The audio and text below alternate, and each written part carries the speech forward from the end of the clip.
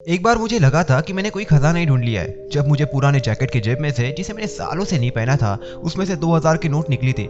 लेकिन ये कुछ भी नहीं है उन लोगों के सामने जिन्होंने एंशिएंट ट्रेजर को ढूंढ के निकाला है, जैसे कि एक फार्मर जिसने $3.8 मिलियन का सोना ढूंढ के निकाला था, या फिर एक आदमी जिसने एंशिएंट ग्रीक मास्टरपीस को ढूंढ के निकाला था।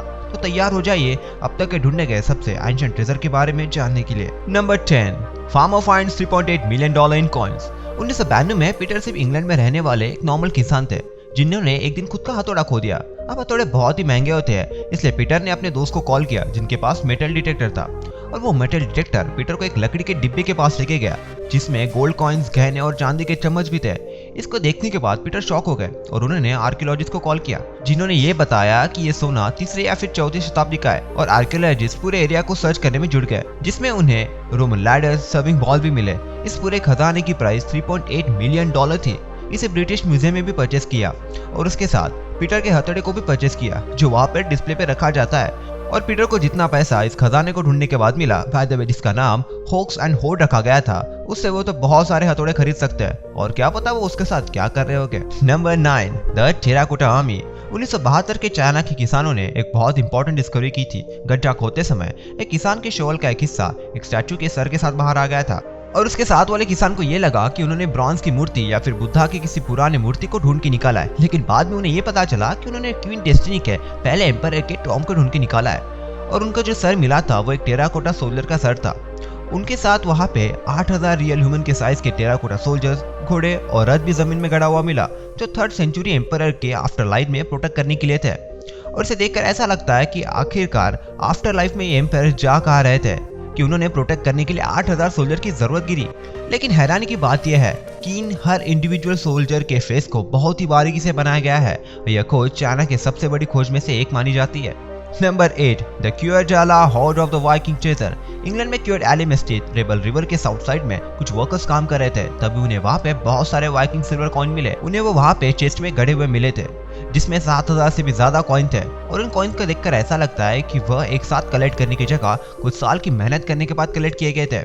उनमें से कुछ वाइकिंग ज्वेलरी भी थी। इतिहासकार का मानना यह था कि ये ट्रेजर को 1905 से 1910 के दशक में छुपाया गया था, जब वाइकिंग डबलिन से भाग निकले थे।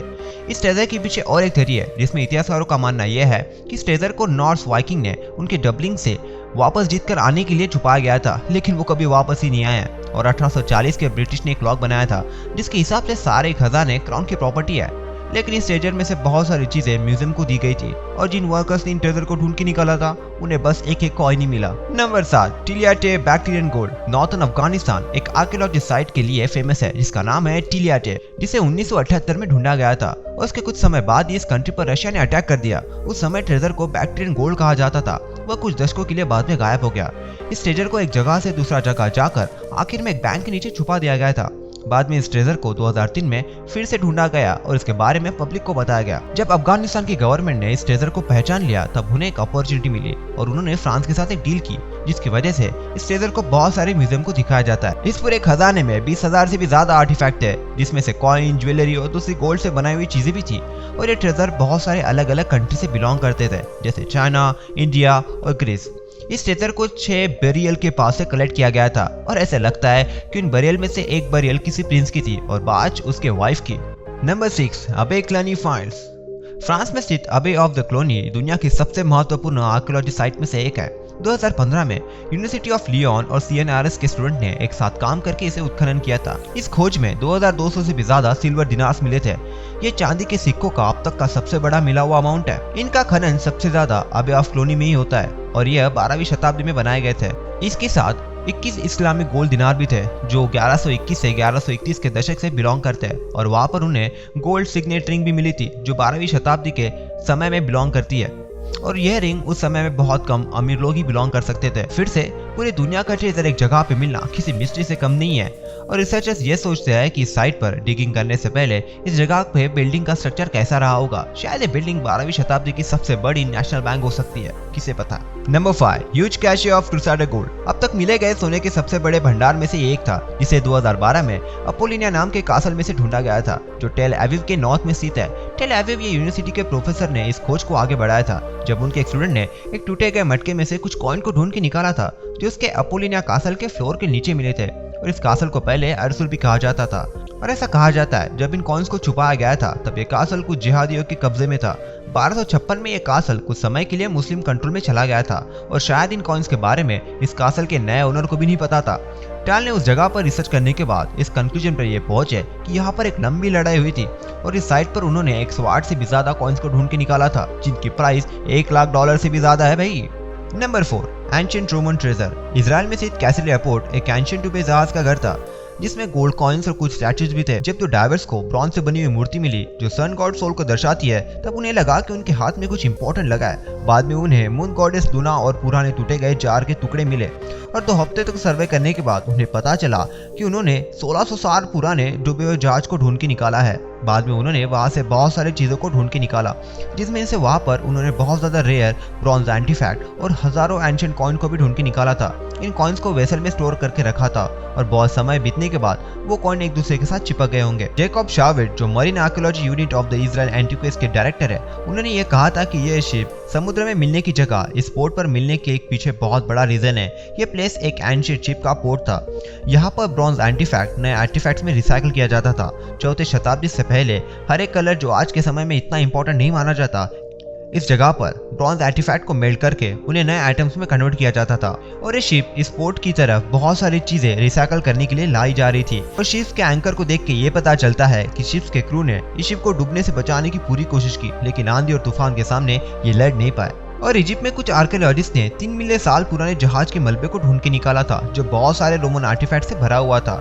यहाँ तक कि उसमें रोमन के पहले एम्परर अगस्त की समय की गोल्डन कॉइन्स भी थे और वहाँ पर बहुत सारे क्रिस्टल से बने हुए हेड स्कल्पचर भी थे। मैं यही सोच रहा हूँ कि फिश को उन हेड स्कल्पचर को देख के क्या लगता होगा। Number 3, ancient Greek masterpiece on the tiny gemstone. ये खोज टीवी पर आने वाले किसी कॉन्स्पिरेसी शो से कम नहीं है। 2015 में जैक डेविस और शारन स्टाकर ने ये हस्बैंड और वाइफ की टीम ने यूनिवर्सिटी ऑफ सिंसिनाटी की तरफ से ग्रीस में स्थित पीस ऑफ द नेक्टर के पास रिसर्च के लिए वो गए थे। उन्होंने वहां पर 3500 साल पुरानी उन्हें टॉम मिली जिसमें ज्वेलरी, वेपन्स और आर्मर भी थे और साथ में बहुत मिस्टीरियस पीस भी उन्हें मिला था जो देखने में बहुत ही छोटा था। और उस कपल ने गलती से एक बेड समझ लिया था जिसके ऊपर लाइमस्टोन की बहुत सारी परत थी। जैसे ही उन्होंने इस बेड के ऊपर से ये लाइमस्टोन को निकाला तब उन्हें वहां पर बहुत बारीकी से कार्व किया हुआ जेमस्टोन मिला। इस जेमस्टोन को अब तक के सबसे greatest prehistoric Greek piece of art work में काउंट किया जाता है। लेकिन इसके साथ सबसे बड़ा प्रॉब्लम ये था कि कोई नहीं जान पाया कि आखिरकार इसे बनाया कैसे गया था। इस जेमस्टोन को पायलस कॉम्बैट अगेथे भी कहा जाता है। यह माइनर और मिसिसिन सिविलाइजेशन के 11,000 सील स्टोन में से एक है। इस जेमस्टोन पर एक वॉरियर उसके अपोनेंट पर तलवार चलाते वक्त की इमेज काफ की गई है और जिस तरह की बारीकी और डिटेल के साथ इस काम को अंजाम दिया गया है उसके हिसाब से इस जेमस्टोन के आर्टिस्ट को मैग्नीफाइंग लेंस की जरूरत तो गिरी होगी। लेकिन जितना हमें पता है उसके हिसाब से उतने पुराने समय में कोई भी मैग्निफिकेशन मेथड ढूंढी नहीं गई थी और इस जेम्स को बनाते वक्त घूमने वाली लकड़ी की लेथ मशीन से इसे बनाया गया होगा और इसके लिए एक से ज्यादा लोगों की जरूरत भी गिरी होगी क्योंकि इस क्राफ्टमैनशिप में बहुत ज्यादा निपुणता है।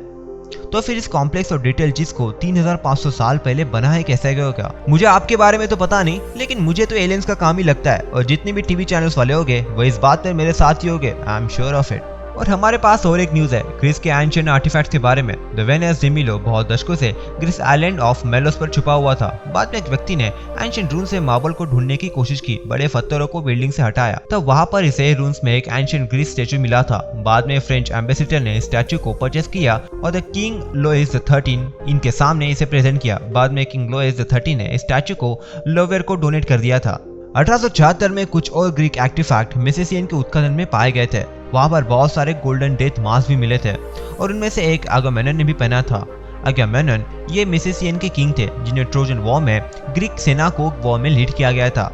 ये डेथ मार्क किसी डेथ के बाद ही बनाया जाता है जिसमें डेड व्यक्ति के फेस के कास्ट पर या फिर इंप्रेशन सीधे उनके डेड बॉडी से लेकर इन मास्क में बनाया जाता है। यह इनके लिए कोई फोटोग्राफी से कम नहीं है। Number 2, the Malagana treasure. America सिर्फ एक ही कंट्री नहीं है जहाँ पे गोल्ड रश होती है। कोलंबिया के पास अपना खुद का वर्जन है इसके लिए। 1992 में एक शुगर केन के खेत में काम करने वाले हैकिना नाम के वर्कर मैलिक घैना इस गाँव में ट्रैक्टर चला रहे थे लेकिन अचानक उनका ट्रैक्टर जमीन के अंदर एक गड्ढे में चला गया। जब वो अपने आप को बाहर निकालने की कोशिश कर रहे थे तब उन्हें जमीन के अंदर बहुत सारे सोने से बनी हुई चीजें देखी जिनमें से सोने के कॉइन, मास्क और गोल्ड से बनी हुई दूसरी चीजें भी थी।